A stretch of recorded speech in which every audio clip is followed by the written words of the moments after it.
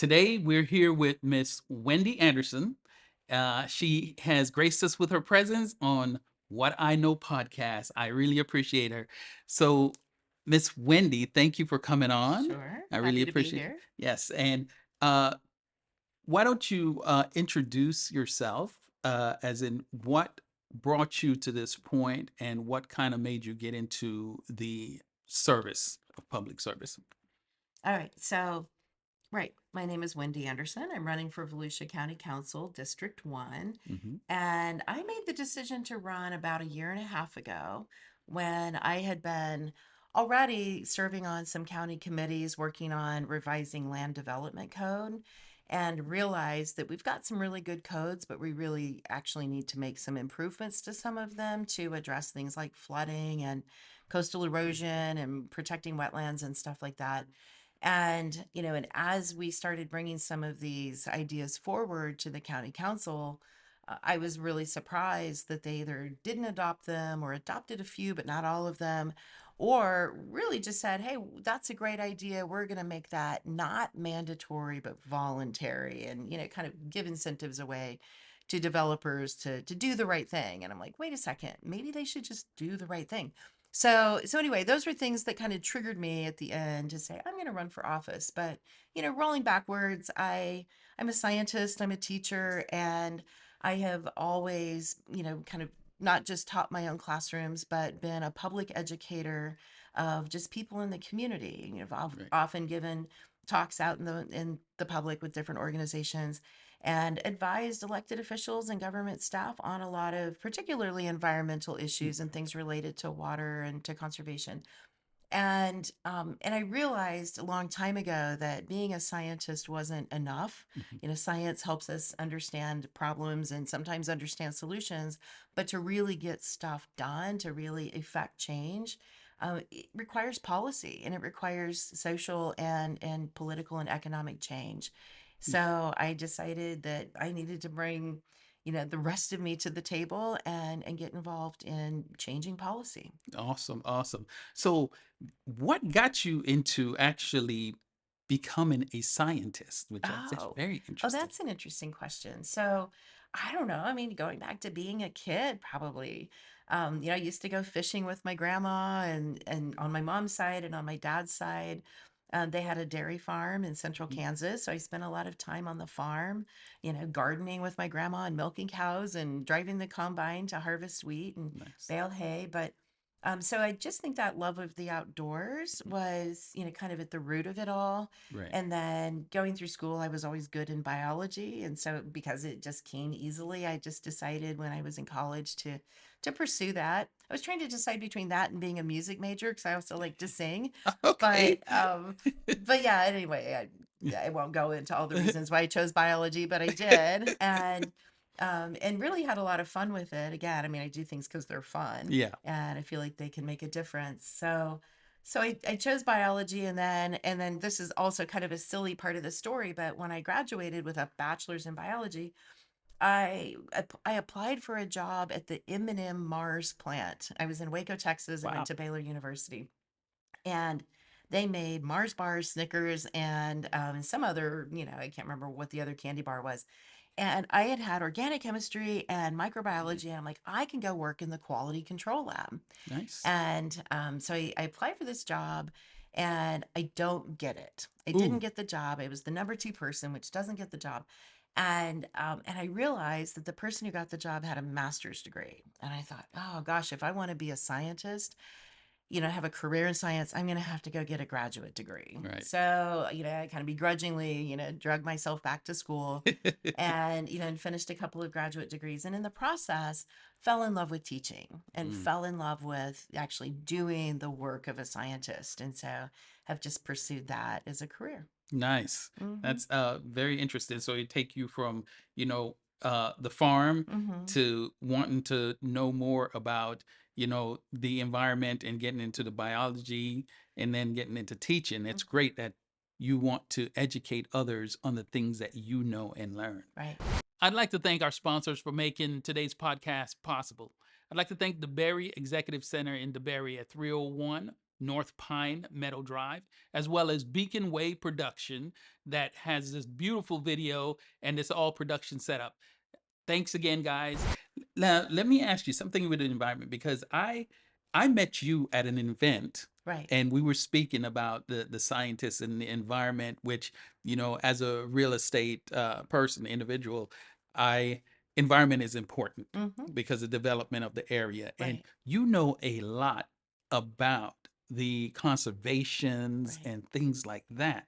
Now, for the local voters, what do you think their most uh that's most important to them regarding. So what I'm hearing is I'm out talking to people just on the campaign trail, being in communities, knocking on doors, going to events, going to, festivals and farmers markets and things. When I talk to people, I'm surprised at how universal it is, the concern about growth and development, and I think it's a very visceral feeling. People see, an area that used to be a wooded lot, we all just sort of take for granted the green spaces that are around us, Mhm. and when suddenly it's gone, when clear cutting and mass grading has happened, and now we just see that moonscape of bare sand, it kind of hits us in the gut. And there's a lot that we can unpack with that, but we can talk about affordability and needing to have enough housing for all the people who are moving here, but we still just have this horrible feeling when we see these green spaces converted. Beautiful spaces. And so I think that's everybody's feeling that. And then of course there are all of these sort of derivative effects of that. So we know when more people move in, it's going to make our roads more congested. We know it's going to make our schools Hmm. more crowded. We know it's going to be longer lines at the grocery store or harder to get an appointment with our doctor. All of those things that come with population growth. So I think most of our brains can kind of carry on from seeing that clear cut area to like, oh, and now there's going to be more people. So there's that. And then I think the other thing that we've all seen and experienced, whether we experienced it ourselves traumatically or we know somebody who experienced this, but the flooding that not just West Volusia, East Volusia, everywhere in between, the entire state has experienced such traumatic flooding, not just from Hurricanes Ian and Milton and some of the other major storms that have come through in recent years, but even just some of our afternoon thunderstorms. Right. It just dumps so much water now, and we have so little places, so few places now for that water to infiltrate and go back into the aquifer where it's a resource. I always say we Hmm. need to get water off of the surface where it's a problem and down Exactly. into the aquifer where it's a resource. And the more we pave it over and the more we lose our spongy ecosystems that help absorb that water and pump it back into, Hmm. naturally pump it back into the aquifer. I should be careful when I say pumping into the aquifer. That's it's kind of a dirty word now. Anyway, that natural process of infiltrating into the aquifer is so important, and we're losing the capacity to do that. So that flooding is so real. And I've sat through so many county council meetings and multiple city commission meetings Hmm. across the county where, dozens or hundreds of people have marched up to the podium and shared their stories in tears and just said, please help us. Right. Please stop what you're doing. Please change course here. We've lost everything. And so again, like some of us are just like, oh, I miss the trees. And others are like, I'm dying here. Mhm. So, So what does responsible growth look like in Volusia County to you? okay. Thank you for that question. And, I can't say that we must stop all growth Right. because that won't happen. Tallahassee won't let that happen. Hmm. And it really probably isn't best for our communities to put A a halt. total moratorium on growth. What it looks like to me is two things. One is I would like to see more redevelopment and infill in our urban zones. Okay. So I see lots of places around our communities where there might be an oversized parking lot or a strip mall that is Hmm. mostly empty at this point. And whether or not we use those existing spaces or we tear them down and put up Build some something. multi-story mixed use commercial and residential development there, there's opportunities to densify in our urban areas And even, I mean, like, I love to give the example of a like oversized parking lot that, maybe that was the code that was required to have that many parking spaces for what that building used to be, Hmm. if it were a shopping center or Right. something. But now it's just a call center, Hmm. and it has, 30 employees. You don't Need all need that. 500 parking spaces. So that asphalt is contributing to local flooding. Mm. Like, can we bust that out, put in some out parcels, or put in some other, again, kind of multi-story things, and Right. then maybe even convert some of that back to green space and stormwater storage, and kind of recapture some spongy, functions on that site. So I'd like to see more urban redevelopment, and I think most of our cities in Volusia County have that opportunity. The other thing is, whether it's redevelopment or it's new development, I'm a huge proponent of what is called low impact development, and that's kind of Mhm. jargony. But again, I like to sort of just use that visualization of a sponge, and that is, protecting as much of our green space as possible to allow for that interception of stormwater, and and either evaporation back to the sky, or pumping it down into the ground, through root systems. If we can leave as much green space when we do develop, and then, use more native plants, or, Mhm. pavers instead of, solid concrete in areas, that does allow that stormwater to percolate. And it's just prettier. Like, I'm Right. sitting here looking out your window over your shoulder, and there's trees, and flowers and blue sky, and that just feels good. All of us love to see that. I've often said to realtors, it's easier to sell properties when they have mature Yep. trees and other vegetation on them than when they're just bare.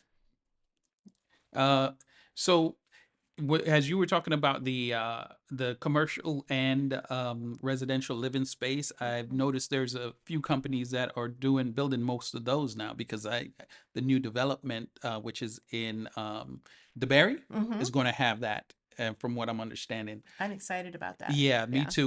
The constant development right now is going really nice and smooth. Mhm. So, um, how would you uh help the locals to really understand? How are you getting out there to them to let them really understand that what you're about in the community, to really know how to be a part of helping their community develop and grow the right way? Mhm. Well, so lots of different ways. Mm. And right, the Main Street DeBerry project is Mhm. really exciting, and I love how it's going to connect to the Sunrail station, Yep. to the bike trails that are coming through on the Springs to Springs Trail.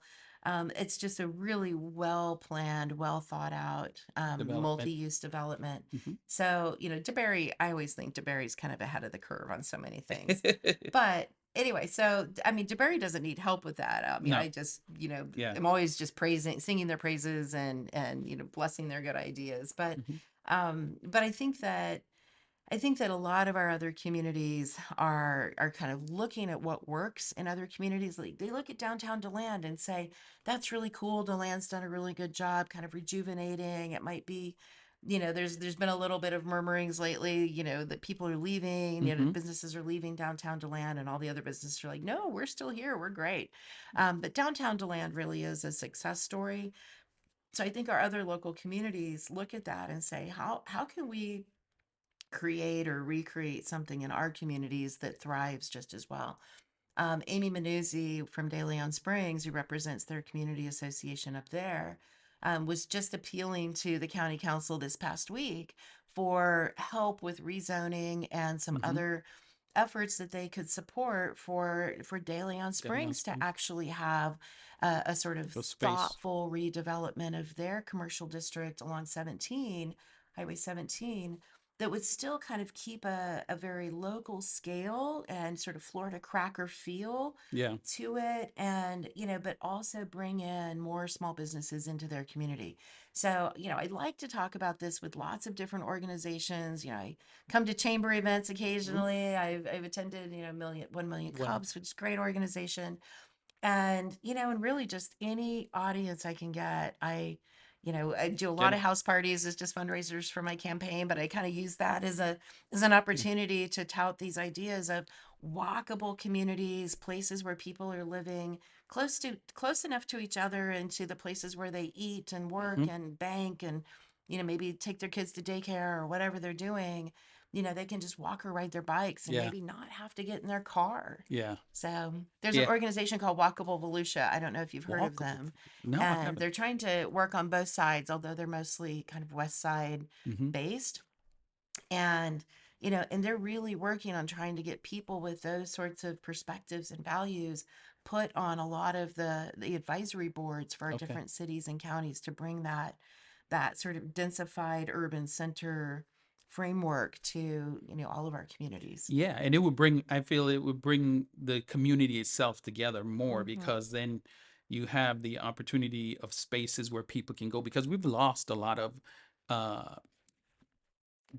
community coming together in Hmm. spaces and learning and knowing more about each other. Right. Education is so important. And with your knowledge, I love talking to you every time we speak.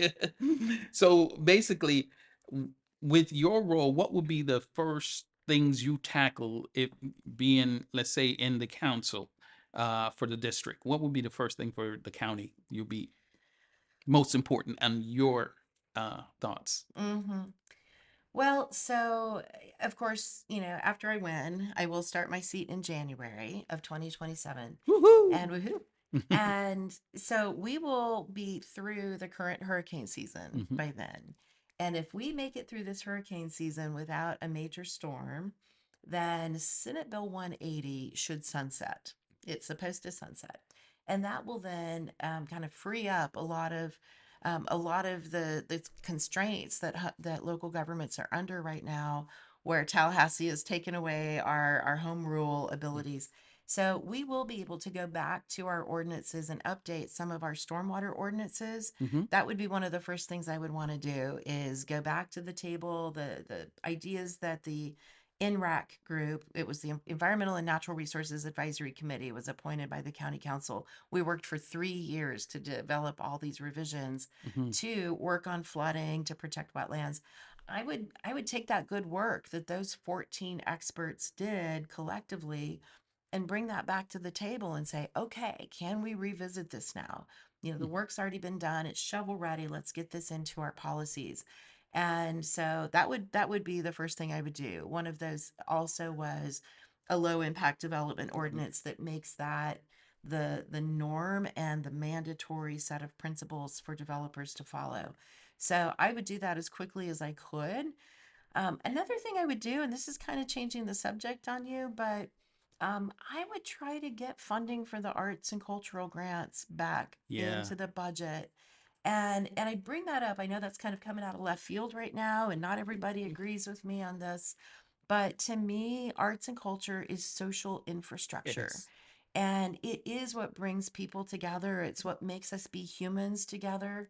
And again, you set your political views aside, but you come together and you experience theater or music Yeah. or art and Well, it's funny that you say that because, like I tell you, my daughter, she's into all that stuff, right. and my daughter and I went down to one of the council Uh-huh. meeting down at the um, uh, courthouse or wherever the downtown the land, and we sat into when they were cutting the Mm-hmm. funding for that, Mm-hmm. Yeah. and I felt that that is definitely wrong to do because like you say it brings people together. Right. It makes people tend to take the time to actually learn about each other Mm-hmm. and listen to each other Right. because they have something in common that they like to do, That's right. you That's know. right. So it's funny you said Well, that. and those grants were such a tiny part of the county budget. I mean, I'm all about having a much more accountable and efficient county government. Like I'm ready to get in there and start cutting and and being more lean and mean on how Hmm. we're using our taxpayer Yeah. dollars, but that was less than $1 per household, and it had such a huge impact and return on investment for our communities. And I think that arts organizations should be mostly privately funded, and Yeah. most of these organizations are. I Hmm. mean, they are heavily donor based. and, and then also just fees for attending their Mm. events. But, those small grants in many cases help those organizations, close the gap in their budgets or to expand programming to reach audiences that otherwise wouldn't have Yeah. access to the arts. And, so I just thought that they were such a powerful tool, and yet, such a small part of the budget that, we weren't really gaining anything. I Hmm. think one of the councilmen said, oh, well, we're going to use these funds to build sidewalks instead. Well, you know what? $600,000 gets you maybe about 100 feet of sidewalk. Right. And there are lots of places, don't get me wrong, there are lots of places around this county that need sidewalks. I was just, if I'm going to change the subject on Go you ahead. again, sorry, just, You're right. good. And on that note, last Sunday I was walking around a neighborhood with one of my friends who lives in North DeLand, Hmm. over close to George Marks Elementary School. And it's this little pocket of unincorporated Hmm. DeLand. You've got city limits all around you, but here's this pocket that for some reason has never been annexed. Okay. And it's a whole different Yeah. conversation about why certain areas haven't been annexed yet. And we had no sidewalks, Wow. and it was dark, and there were no street lights, and it was a little scary. I mean, not because of people necessarily, but potholes, and Yeah. we could trip and fall. She's a runner, so she said, yeah, when I'm out here running at dusk, I sometimes trip and fall because the road is not well maintained. And so that's a problem that the county government Hmm. is completely ignoring, these little urban pockets of unincorporated urban zone. And so anyway, so there's a place, I just brought up sidewalks. Like, there's a Hmm. place where we need sidewalks. Right. Okay, well, 100 feet of sidewalk basically gets you one block Hmm. in a whole neighborhood that is missing sidewalks. Right. And what did we lose for, for that, funding Fun. 33 arts organizations? Wow. So, I would rather us find other ways to find sidewalks, because those are absolutely necessary, without having to take it away from arts organizations. So how would that actual area that hasn't even been annexed yet uh, be able to have the city or the county or whomever to help them with that? So they would have to get together an organization to help them do that, fund that. Yeah, I think there's several different approaches to this, and I'm gonna change location on you to Hmm. tell a different story. Daytona Park Estates, which is not in District 1, by the way, they're a weird little gerrymandered pocket that gets scooped up into District 3, which is the East Side District. But Daytona Park Estates has horrible flooding issues, and they have very few sidewalks, if any, over in that neighborhood. And they don't have, they have ditches for stormwater, but most of them are clogged, or Right. it doesn't flow right. And so they have been petitioning the county government for 2 or 3 years now to please come in and improve our infrastructure. And the county government has pushed back and said, that's not our job. And if you want that to be done, then you're going to have to pay a special assessment to fund it yourselves. I mean, and they'll take care of it once they've collected the money for it. But they said when this neighborhood was developed back in the, 60s or 70s, the developer, got approval to do it to this level of service. Hmm. And then they sold the houses based on that level of service. Hmm. It is not the county's job to go in and put that infrastructure in if the developer didn't do it up front. Right. And and that's an interesting argument. And yet at the same time, hold that thought. Hmm. We got almost $500 million from the federal government after Hurricanes Ian Mm. and Milton, through HUD, Community Development Block Grants dash Disaster Recovery. It was 320 something million after Hurricane Ian, and another 130 or 40 million after Hurricane Milton. And those funds have been used for lots of different things. They've been doled out to the cities for infrastructure projects. They've been used to buy up properties that have had repetitive losses from flooding, Hmm. and to basically take down those houses and turn them into stormwater storage areas, which is, by the way, heartbreaking for those homeowners, but Right. also heartbreaking that they flooded several times. Hmm. But anyway, here's this massive pocket of money that has just come into the county for infrastructure. why couldn't Daytona Park Estates be a recipient of those Some of that, federal yes. dollars? They pay income tax to the federal government. Why can't they be the recipients there? Why would that neighborhood have to pay a special assessment to get the stormwater infrastructure they need to stop flooding when other neighborhoods are just getting it for free? Yeah. Like, that just doesn't make sense to Mm, me. mm. So I have a lot of friends who live over there that were, fighting that good fight, and I just was puzzled over why the county staff and even their own elected official for that area, just basically wrote them off. So backing up to that North DeLand neighborhood, they could try to petition the county Mhm. government to get their sidewalks and their streetlights. And the county government would probably give them the same brush off Yeah. that DPE got. But probably the easiest thing for them to do would be to request to be annexed into the city of DeLand. Mhm. But then the city of DeLand would, need to run, water service and sewer service to them. And these people may not want to connect to city Right. sewer Right.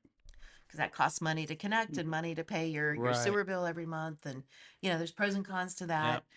And, so that ends up being kind of a conundrum. Like, Yeah. we want this infrastructure, but we don't want Mm, to pay want the benefits, but we for don't want to pay it. for the benefits. Yeah. Yeah, so people have to decide in each neighborhood what they want to do. Yeah.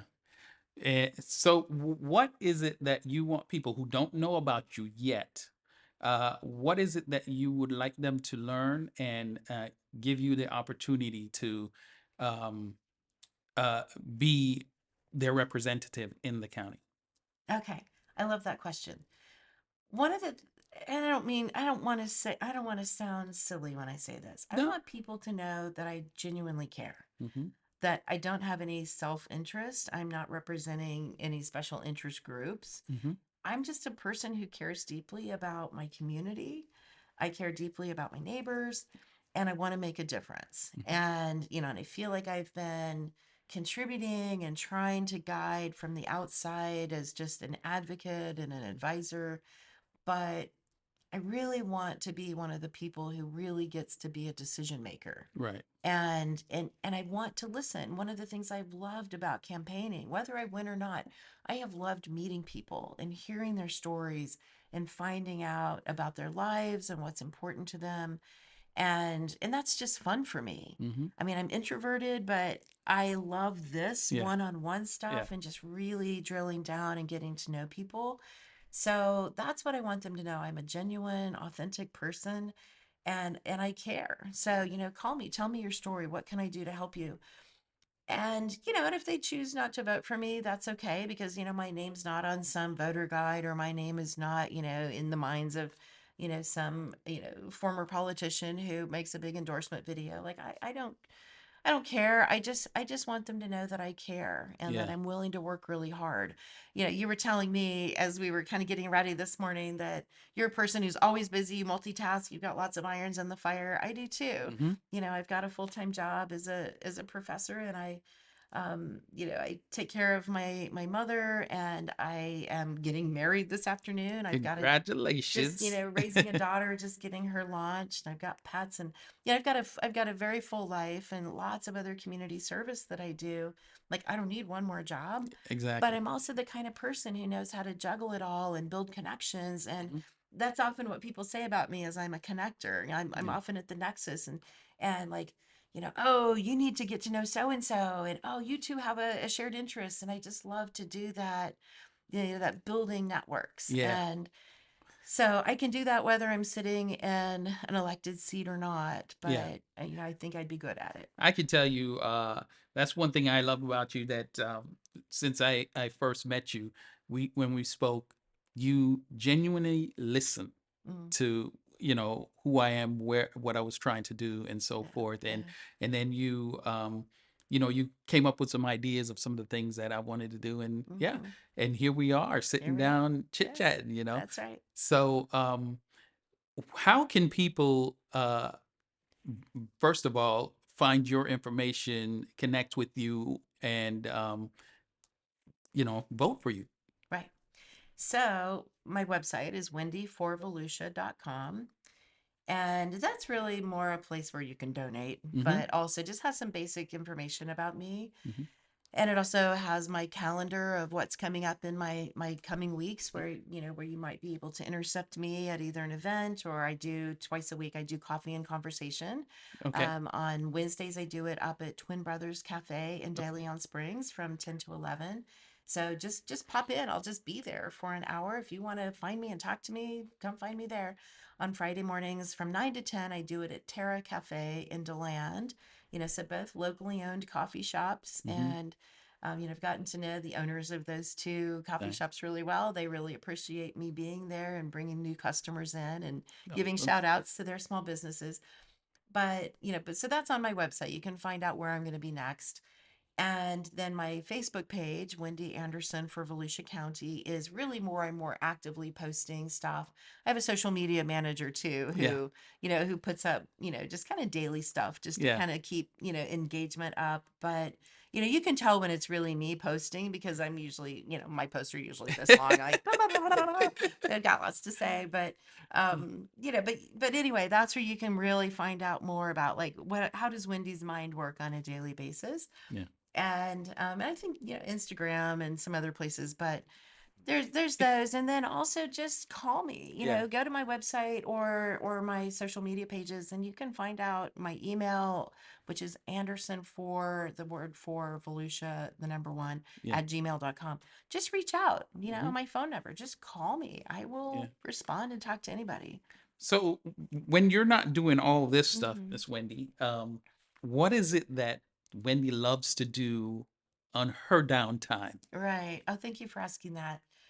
So I will say that politics has become my hobby, Yeah. and I actually love to go to county council meetings and city commission meetings and just listen to the conversations and hear how people think about things. Hmm. That's a relatively new hobby for me. I mean, just in the last 5 to 6 years.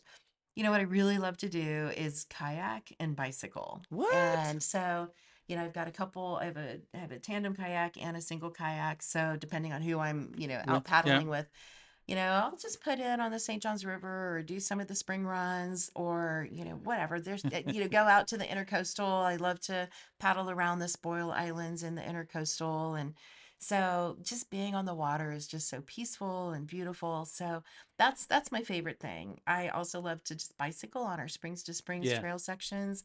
And I've been a huge advocate for our bicycle infrastructure. Hmm. So those are the two things I do for exercise and fun. I have a dog who is 13 and a half years old. She's a German short-haired pointer, kind of Okay. hunting dog. Yeah. I don't hunt just because I don't know. I don't hunt. I don't have any problem with people who hunt, whatever. I'm not a hunter.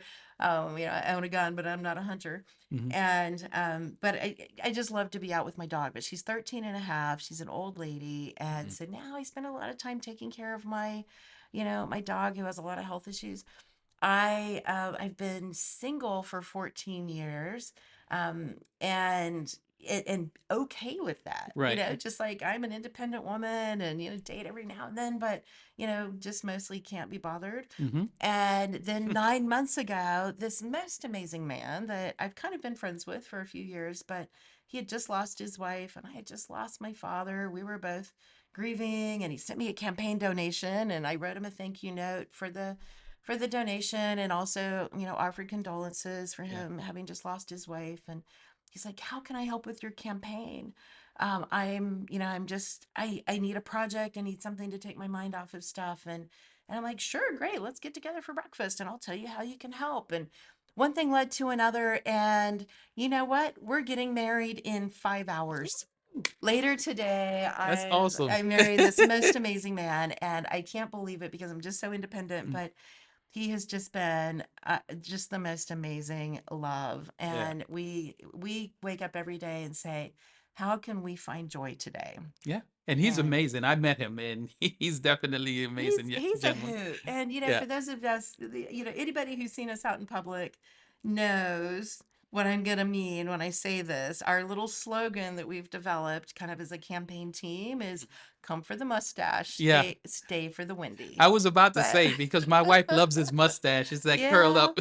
it's really funny. No, he's really cool, and he's been a small business owner downtown, and also used to sell cars at Honda. Oh And, wow. he kind of knows a lot of people around here, so it's Yeah. really fun. He's on the city planning board for DeLand, so he also kind of has Busy. his little inroads into local politics. But he's been a great supporter. And he said to me when we first started hanging out, he's like, "Of course, I'm here to help your campaign, but also." If you don't win, we could just go travel. Yeah. And I'm like, wow, that sounds really good. But no, I'm really in it. I mean, like, no, I am absolutely committed to serving my community.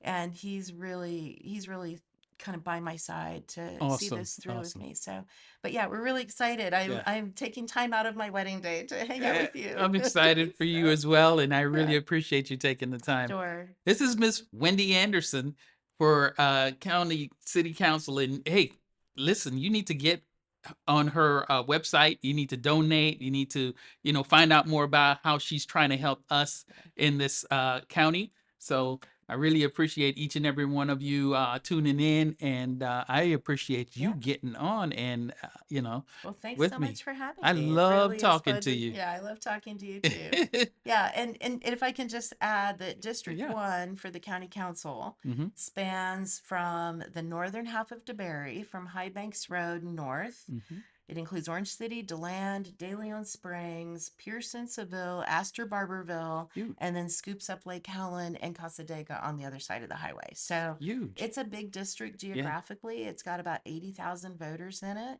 Wow. So yeah, I'm running north, south, east, west all the time. Yeah. And yeah, so if you live in that district and you're registered to vote, you can vote Vote. for Wendy Anderson on August 18th in the primary, because there's 3 candidates in this race, Yeah. and it's a nonpartisan race. I'm a no party affiliation candidate. Hmm. Everybody can vote in this race. You don't have to be registered one or Right. the other. Everybody gets to vote in the local races. Awesome. Yeah. Thanks again, Wendy, for coming Sure. on. Okay. And here we are at What I Know. Thank you for tuning in and vote for Wendy. Yeah. Vote for Wendy Anderson. All right. Thank you. Yeah.